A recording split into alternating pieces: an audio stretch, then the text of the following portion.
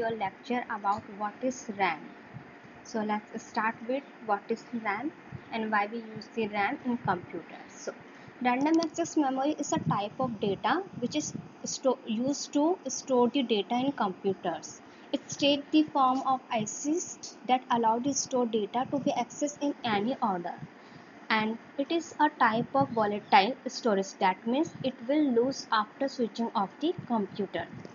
Random access memory in other way, when a computer processes information, it uses software programs. Each program requires a certain amount of electronic memory, that is called a random access memory.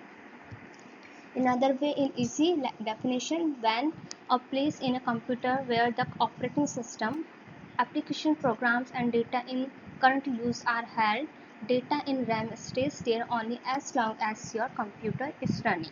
Can be compared to a person's short-term memory and the hard disk to the long-term memory.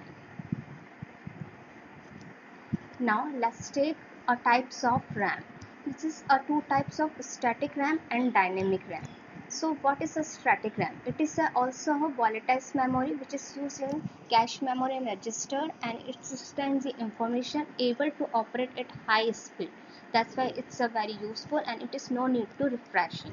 In just opposite a dynamic RAM, it is a very typical physical memory used in most personal computer, and it is also refreshing but is more power and more expensive. And memory control is part of the chipset on the motherboard. Now let's take the difference between static RAM and dynamic RAM. Static RAM has slower access time, so it is faster compared to dynamic RAM. Dynamic RAM has a higher access time, so it is slower than static RAM. Static RAM is costly there. Dynamic RAM, static RAM require constant power supply, which means this type of memory consume more power.